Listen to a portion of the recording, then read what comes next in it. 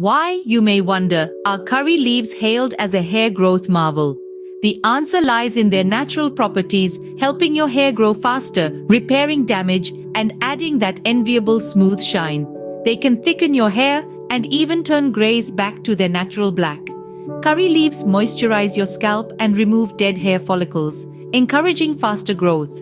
They're a treasure trove of antioxidants and proteins, neutralizing hair-harming free radicals. Dandruff, itchy scalp, premature graying?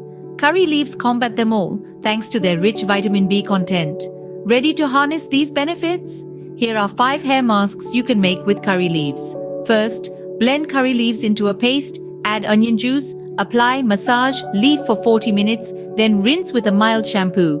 Second, blend curry leaves with a cup of curd, apply, leave for about 40 minutes and wash off.